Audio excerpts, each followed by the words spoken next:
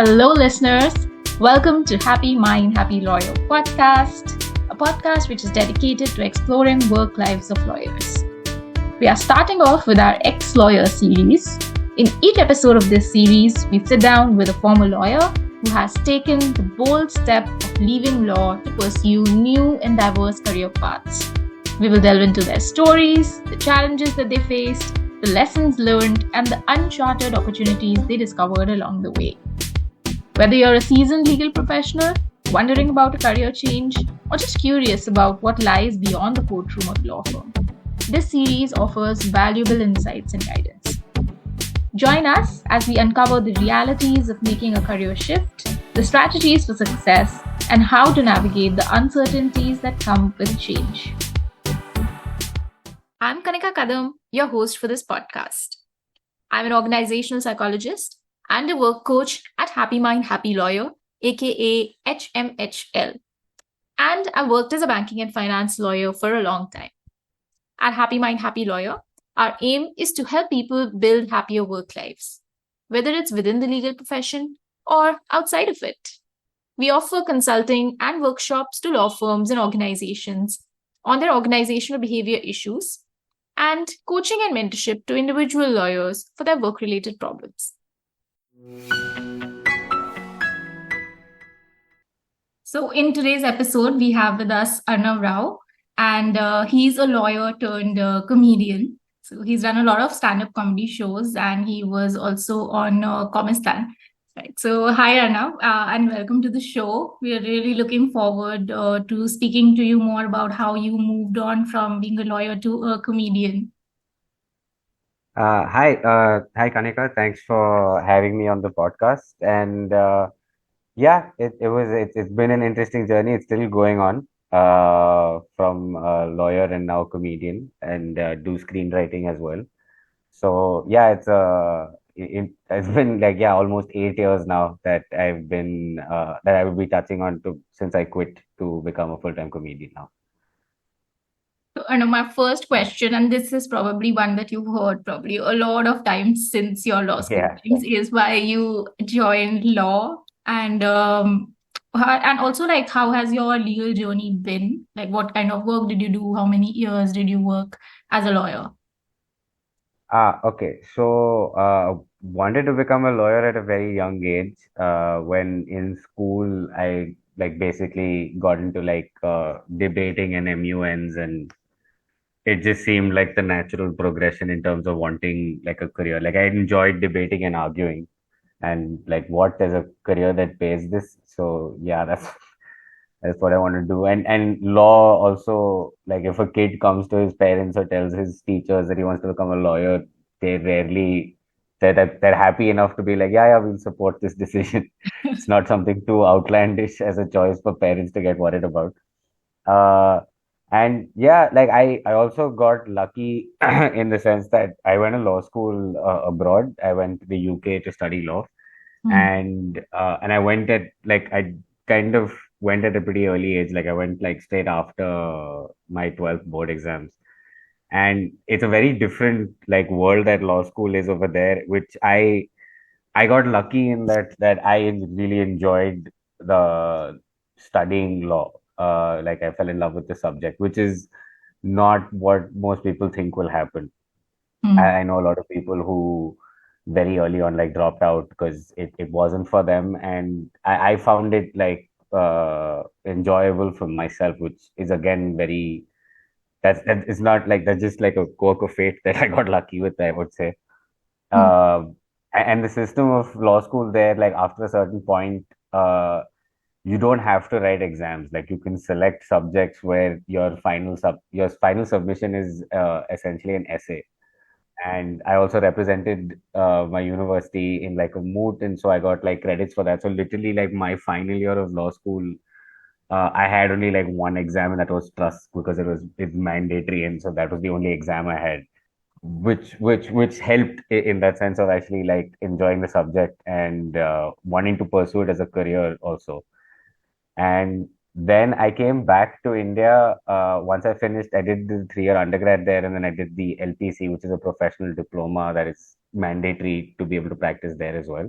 So I did that, and then I came back and I got a job at the Madras High Court, working for a senior advocate. And I don't know if I'll say his name on the podcast just so that he doesn't have to worry about being associated with me in public. My comedy is a little controversial, so I don't want to get him in trouble. And yeah, but he was a great boss. Loved working for that man. I worked for 2 years as his junior, Mm. during which time one of my biggest battles was being able to write the conversion exam to practice over here. That was its own, like pretty much almost my first legal battle with the Bar Council of India would have been just me being able to practice because they kept changing the rules as to what the conversion rules are if you've studied abroad. And then eventually you had to file an RTI. And then they were like, oh, you filed an R. After they changed the rules, they're like, oh, but you have an RTI. Okay, then it's fine. You can write the conversion exam. So Okay. this was like a 2 year process. I finished the conversion exam and I was Mm. gearing up for the bar exam when this event again is something like only in hindsight I was able to realize. But at that time, like a close friend of mine was in marketing, and just randomly out of the blue, she reaches out and she's like, hey, I need help with this specific campaign. You're funny. Can you help?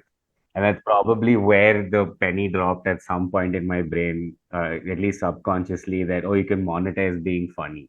And it was that circle of my friends that really started pushing me into like, you gotta do stand up. And stand up was slightly already like a scene. And this was in Chennai. And uh, like it was that group of friends that literally booked me my first open mic spot, like Mm. Friday the 13th of May, 2016. It was a Mm. very, very ominous start. And yeah, I got on stage, I bombed hard in front of 50 Mm. people, but like I knew like, okay, shit, this is what I want to do. And it took me like 3 months to like quit my job, and then yeah, just been full time ever since. The scary thing that most people worry about is either like finances when you're doing like a career transition, Mm. or getting like parents on board. I have to say that I've been very, very fortunate that I was 13 or 14 years old when my dad was the one buying me uncensored stand-up DVDs, and we used to sit and watch them together. So, so it was actually he who introduced me to the art form. Okay. And yeah, so yeah, when time came and I told him that I want to pursue a career in this art form, he kind of had to be like, yeah, this is my fault. Fine. Yeah, I'll support you. And at some level, I blame my friends because the reason why they said that I should become a comedian is because I used to just make fun of them all the time. Now it's literally like I think it was just a scam to just get rid of me. Like just like just for a few jokes that I made one night in one of their houses, this guy's just gotten me into a career in comedy and is laughing his ass off at my bank balance. But no, yeah, I had a lot of like friends and family like supporting, like, or at least believing that I could have a future in pursuing this. And yeah, their words of encouragement really did help. I was watching one of your stand-up comedy shows on YouTube, and you Hmm. you were wearing a T-shirt which said "broke" on it. So is that the real financial situation? I mean, broke is a state of mind more than the actual numbers in the bank account is the way I see it. Yeah, it is. It is not. I think this is not one of my quotes. This is a quote that a senior comic dropped on me very early in my career, but Mm. also again not his own quote, but something somebody said many, many years ago. Where if I was smarter, I would be able to remember the source. But it basically says like the scariest addiction is the addiction of a paycheck, which is extremely, extremely true. Having a steady paycheck, especially like in when you're working as a lawyer, that level of like reassurance is incredible. We don't really pay attention to it without realizing it, but exactly, it's very quickly do we become dependent on it. So in that sense, yeah, I would say like I had like savings, I had like a bunch of side hustles So I used to teach on the side for the law entrance exam Mm. at a coaching institute, and it wasn't out of anything nobility. They were just like very, very, they paid really well. Mm. So yeah, I did like side stuff till I was able to somehow, I will always keep saying this, that I did get lucky that very early on in my career, like tangible things happened. Like it was 6 months in that a talent management company signed me. So then money started coming in.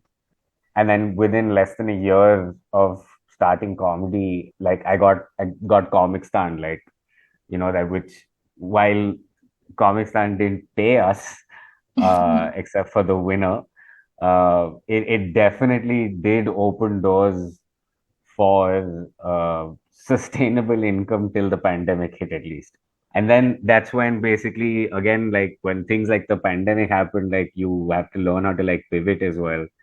And again, very fortunate that the friend circle that I had has some heavy hitters within the comedy scene as well as in the screenwriting scene. And friend who's a very big screenwriter, when the pandemic hit, like literally spent like 8 weeks on Zoom with like a bunch of us comics of Bangalore, just teaching us the basics of screenwriting. And then from that workshop, pretty much has literally provided gainful employment and placement to a bunch of us in the scene. And so the screenwriting has now been a regular source of income. So yeah, yeah, the financial scare is very real, because even in the screenwriting game, it's not like it's like, there's no guarantees, right? Like, Mm. you don't know when the next paycheck is coming, and then sometimes it's like a lot of it is like windfall. Like you get a large chunk at one shot, and then you got to just make sure you're able to last that for however long you can. Mm. So yeah, broke is a state of mind. This is the way I see it. And I'm glad you brought up the screenwriting as well, because one of the questions I wanted to ask you was like, apart from doing the actual stand-up comedy shows, like what else does your work involve?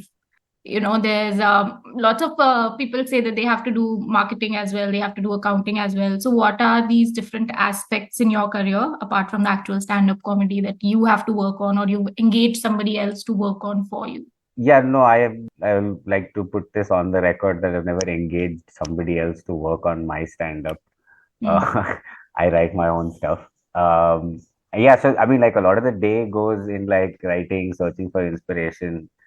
I try to, again, advice that I received pretty early was this when you're an artist, or even if you're like an entrepreneur, or essentially when you're your own boss, so to speak. I always say this, like when you're self-employed, it's kind of like having, like, some days the boss is great but employee is shit, and some days employee is great and boss is shit. Because it's you, it's like self-motivation and self-discipline is all that matters. So if you actively can, at least even if it's like 3 hours of the day, like, just put your head down and work on material, or like rehearse, just like walking up and down your room and rehearsing bits.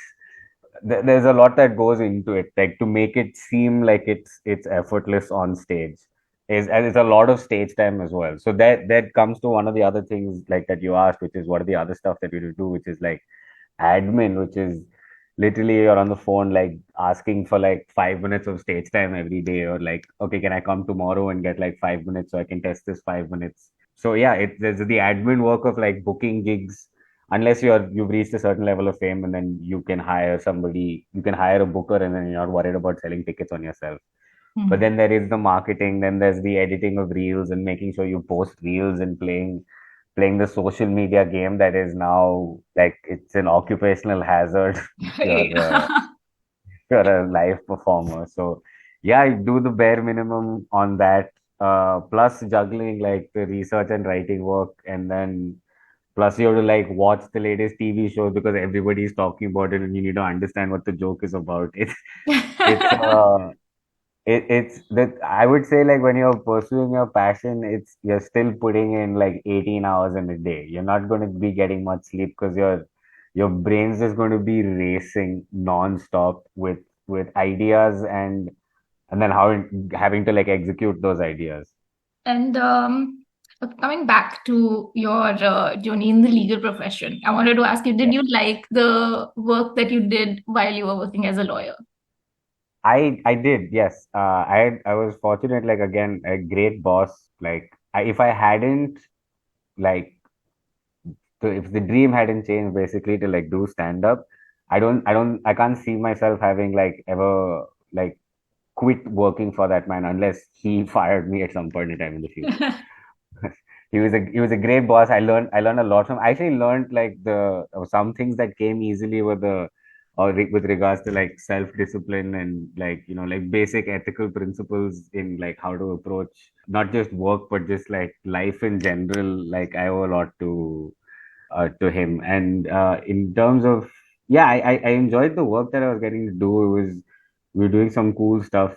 Again, if I say what we were doing, then it'll be pretty easy for somebody to pinpoint who I used to work for. But yeah, it was yeah, I had a great time. Like I said, the cynicism and jadedness that set in came more from the system that I was now thinking like, oh, this is what I'm going to be a part of for the rest of my life.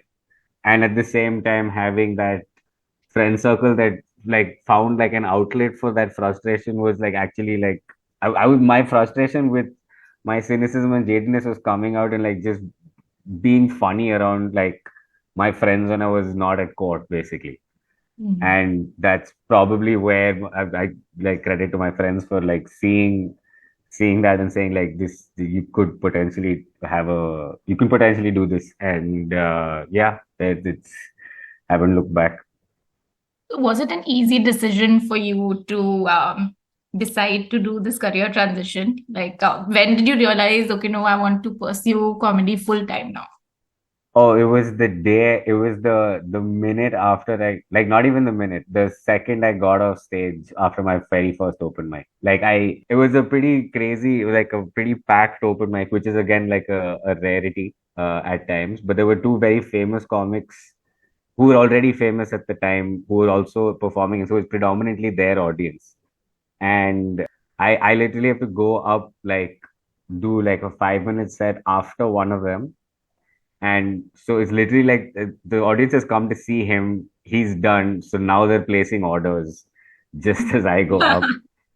And with some I don't know like I don't have I mean like this I didn't have the skill set at the time to like address it. And then I just got into whatever 5 minute thing that I'd written. And I got some laughs. I wouldn't lie, like, but it wasn't like perfect. But I got like some laughs from like some percentage of the audience. Never collectively, but like at some point, I made everybody in that room laugh, but not never at the same time. Mm. Just didn't have the skill set properly set up back then. But like that feeling, like, oh shit, I made everybody laugh in the room for some shit that I had written. And there were like a lot of the comics who were there, they literally were like, dude, that was really funny. We hope to see you again. And yeah, it was enough rejection and enough validation to make me be like, I want to get fucking good at this. Oh, I'm sorry for swearing. But yeah, it was just I think the right balance of validation and rejection that I was like, oh, I want to do this for the rest of my life. Because I'm not gonna lie, the feeling when you're on stage and after a certain point when when you've had enough bad shows, it's hard to get worse. This you just have the skill set of like I will come out of the show saying like, oh, that was bad, but nobody in the audience will feel that I'm not a funny person. Like I've reached that level of skill set that I'll know the material is not working, but the audience can't figure out because they're still like I can still make them laugh. And that feeling of when like because it's instant gratification, right? Like no other art form. Like I know in 1 second if what I planned worked or didn't work. It's just that it's that simple. It's that quick. Like a song, you can wait till the end of the song to react, and the artist can. You don't need like captive instantaneous feedback, right? It's like for every sentence, I need them paying attention, and for every sentence, like I know in 1 second if how I wanted them to react happened or didn't happen.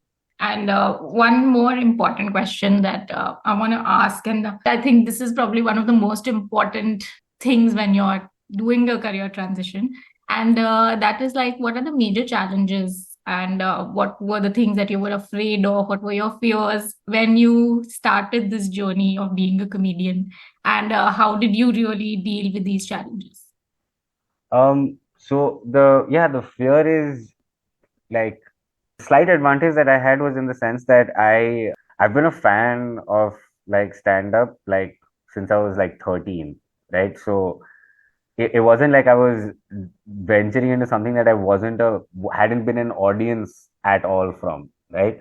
Like a lot of like I kind of knew I'd already read books by of some of the greats, like kind of already was a student of the art form. And what I would recommend is be that if you're starting anything new, especially in the career transition, then you have to approach that thing as though you are a student of it and you're to study the hell out of it.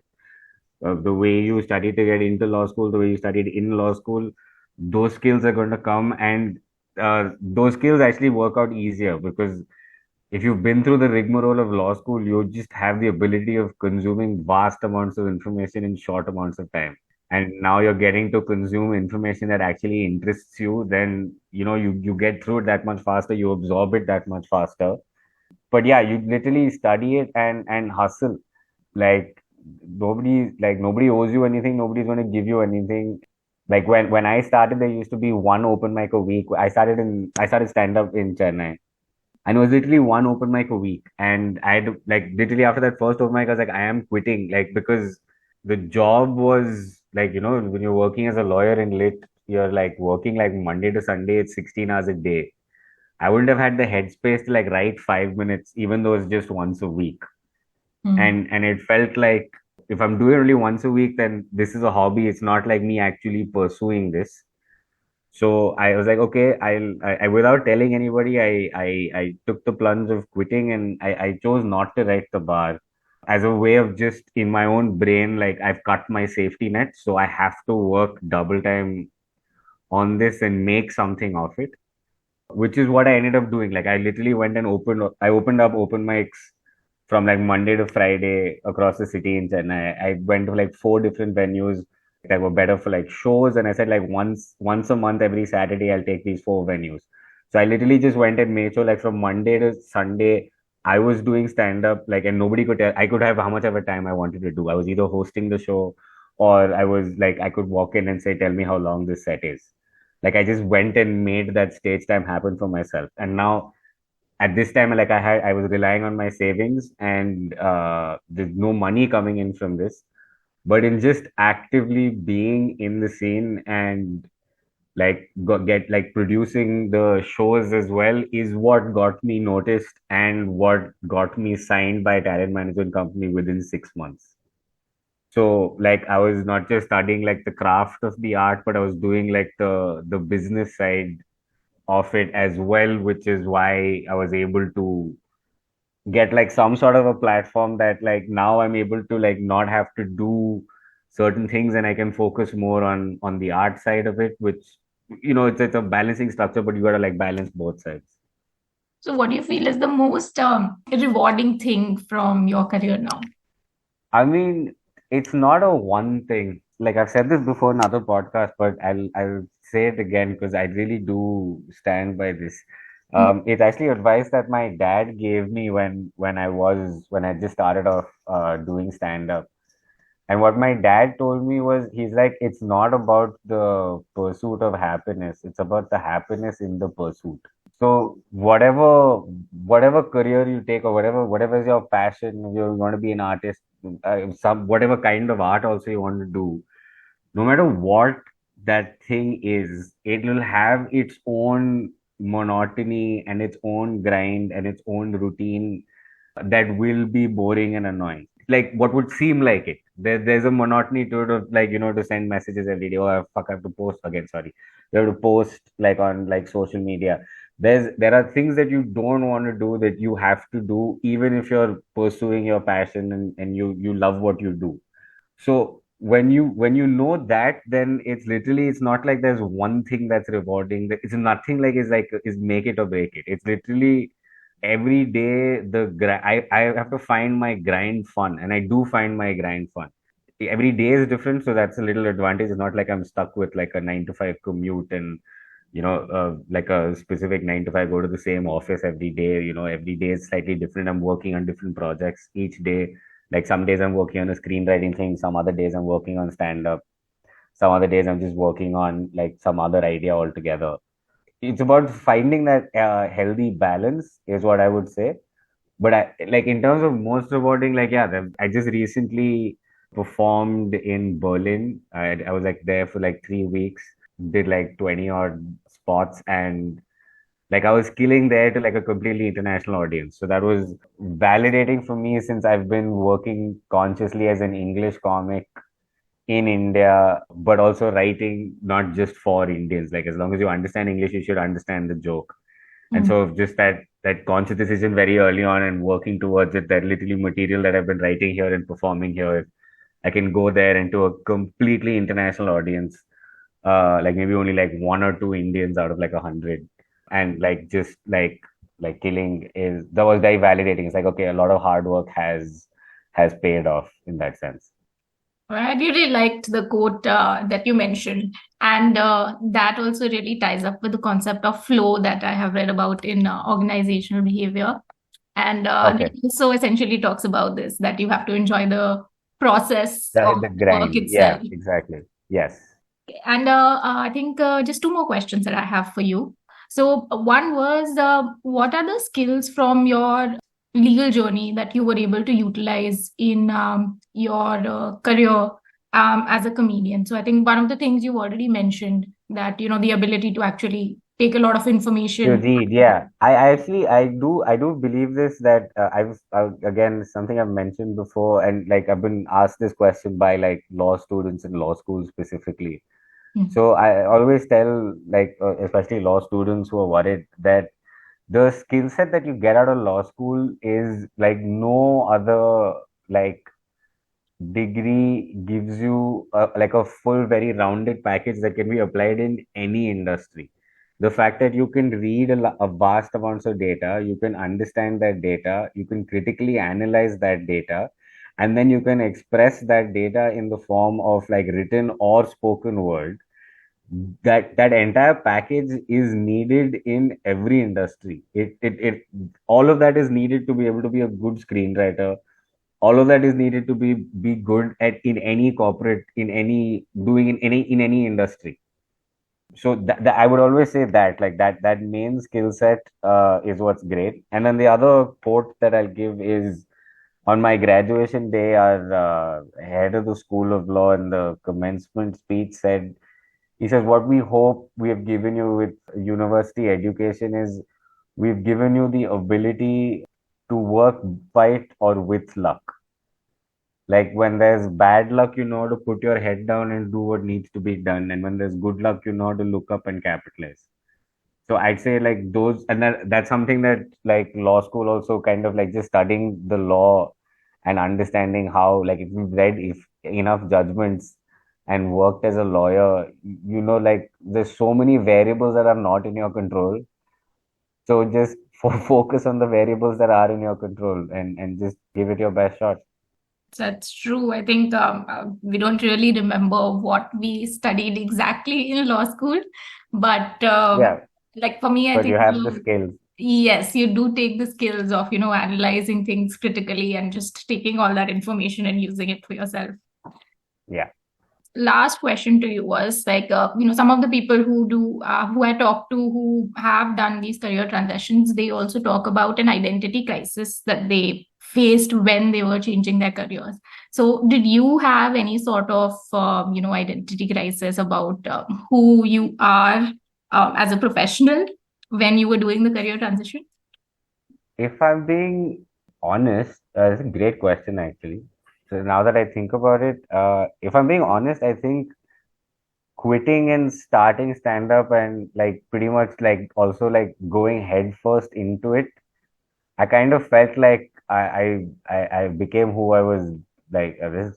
this is gonna sound really corny, but like it was like I found myself. Oh, this is yuck. Sorry for that amount of cheese, but it was like I felt like I was doing what I was meant to do almost at some level. So instead of self doubt, a little more of like, if I'm being honest, humility and gratitude came in. Like, okay, I'm finally on the path that I need to be on now. Just like no excuses to not work hard. Just put your head down and just keep grinding Mhm. till whenever. And the other thing is also like pretty early on, like when these doubts are, like creeping in, like, am I doing the right thing? Who knows what I'm doing is right or wrong and stuff like that. I found like, yeah, there's a difference between emotion and behavior. Like you can be feeling whatever, but your behavior doesn't need to show it. Like you can be angry about something, and that doesn't mean you have to be yelling and throwing shit at some people. Like you can It's just, emotional intelligence. yeah, yeah. And so again, something that comes naturally as being a lawyer, like a certain sense of equanimity that is just necessary to deal with the frustrations that is life. So yeah, I didn't feel that as much, but like I did train myself into like compartmentalizing getting on stage. Like my whole thing was like, you're kind of fighting with the world, you're fighting with society, you're fighting with yourself. Some aunt is saying mean things about you, whatever. You're quitting your job, whatever. Some family is worried, family is concerned. All of that pressure is like I'm taking all of that in just so that I can get on stage and have fun. So I need to have fun on stage. That is the main thing, because I'm taking all of this. I'm quitting. I'm giving up a lucrative career as a lawyer just to be able to get on stage. I need to have fun on stage. Whether there's 4 people in the audience or there's 400 people in the audience, I have to have fun. Then it'll work on the audience, because that's what this is all for. It's about getting on stage and just telling people jokes and making them laugh. That's all I want to do, and I'm just happy that I get to do it as regularly as I can. I just wish I could do it slightly more regularly to a larger number of people, and I also get better at the craft while I'm at it. I'm sure you're gonna do stand up for a lot more people. Yeah. So, Thank you. I'm glad you said everything right now, because that really sort of sums up what doing a career change, and once you've actually done it and getting to the end of, not getting to the end, but, coming into a Just space doing, where you yeah. feel that, okay, yes, I'm in the right place. I think that what Yeah. you said really sums up that position, sort of. Happy mind. Yes, happy mind. Not a happy lawyer, but yes, a Yeah, just happy. Forget mind also. I'm just happy nowadays. There's no brain happy. function also. Just happy. So, Arnav, it's been really lovely speaking to you, and thank you for giving all your answers so candidly. So, thank you so much for being here. No, no, thank you. Thank you for having me. So, that was Arnav Rao, a lawyer turned comedian. If you want to see some of his work, you can, of course, go watch some of his brilliant stand up comedy shows, and also follow him on Instagram at the rate Arnav Rao, and also on YouTube at the rate the Arnav Rao.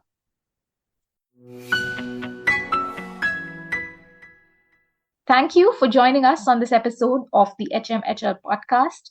It's our hope that these stories and insights not only inspire you, but also empower you in your professional journey, whether within the legal field or beyond.